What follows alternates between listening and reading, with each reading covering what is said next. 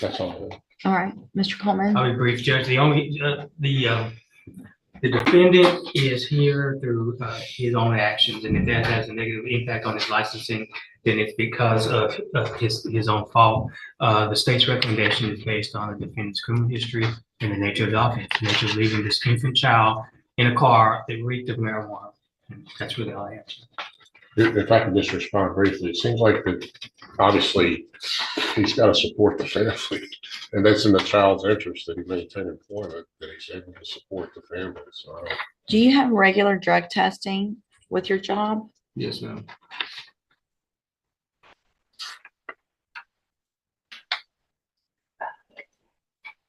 Would you pass a test today? No, ma'am. Why not? I figured we were going to get probation, so we were going to stop. We stopped last Friday. So you're on. what would you be dirty?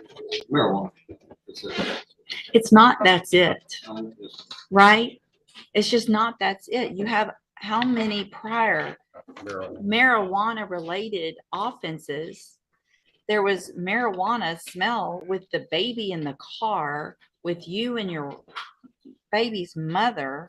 You're here thinking, yep, she's just going to give me probation, so we'll start a week before. Stop smoking when you shouldn't have been smoking the whole time. Like, that is the craziest thought process.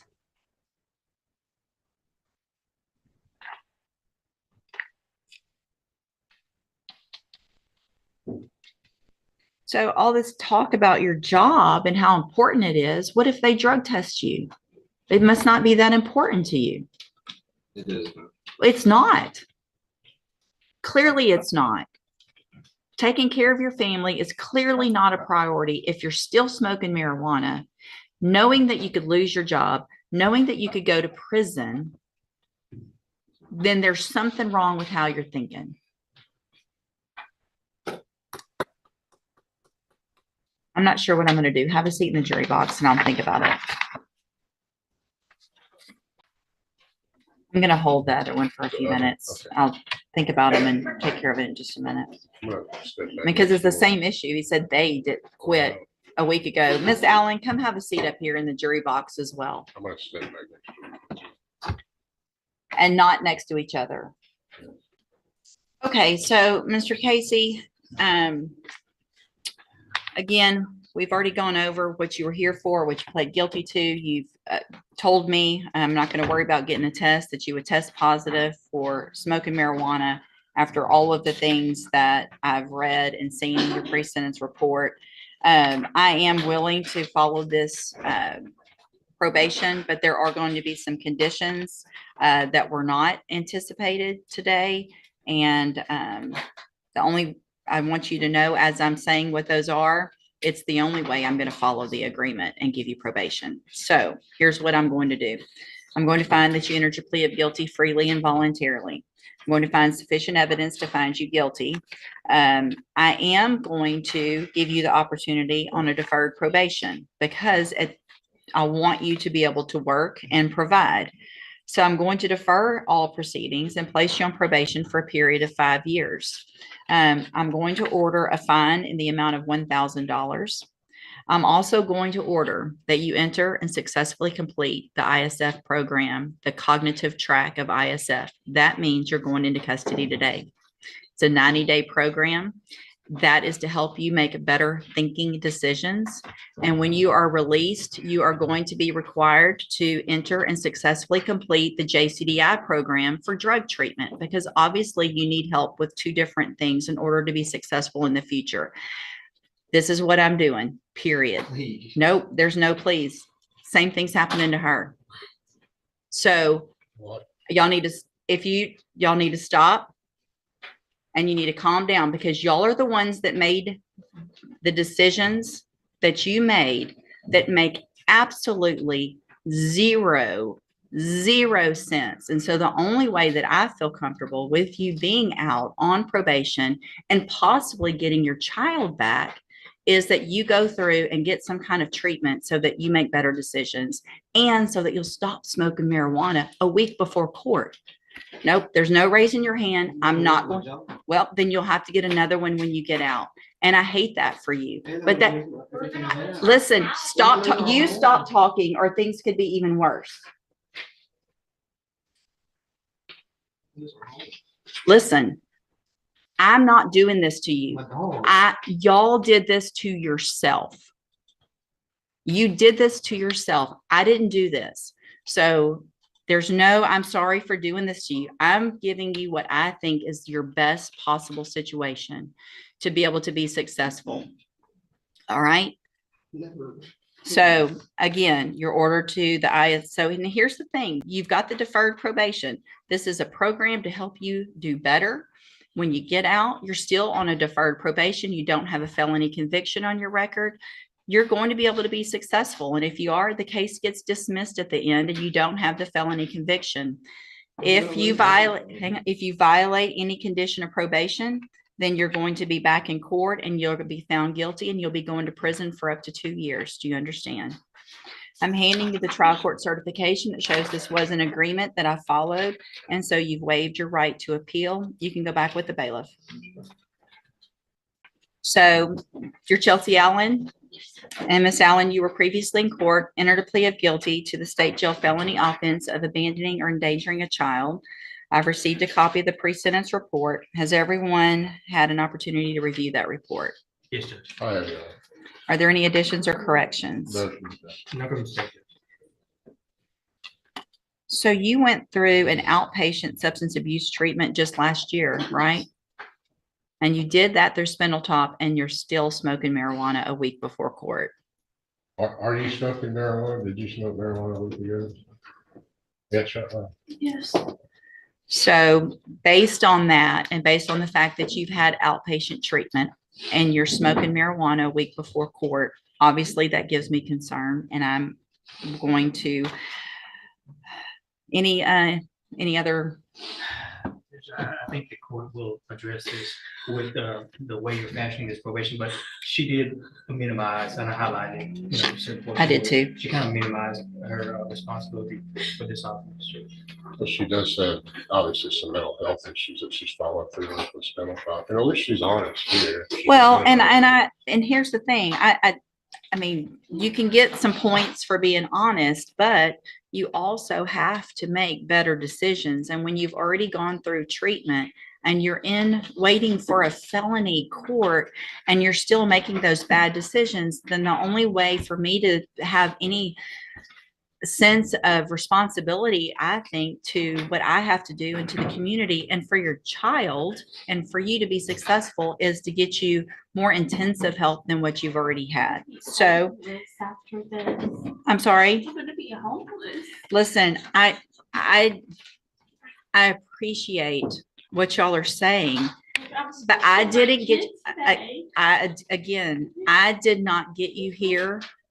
I'm going to find that you entered your plea of guilty freely and voluntarily, find sufficient evidence to find you guilty. However, I'm going to follow the agreement and defer all proceedings and place you on probation for a period of 5 years. You're ordered to pay that $1,000 fine, and you're ordered to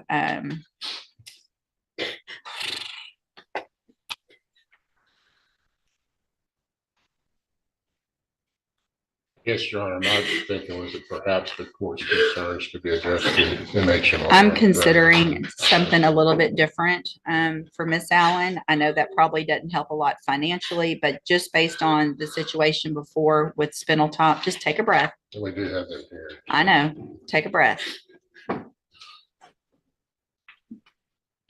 I mean, do you understand? Do you understand why I am where I am? And how irresponsible and how ridiculous the decision was to smoke. What? Well, I mean, you would. I will. Well, it's not a matter of y'all leaving each other. It's a matter of you making this, and it may be if that's what makes you make better decisions, right? So if you have, hang on, listen to me, all right?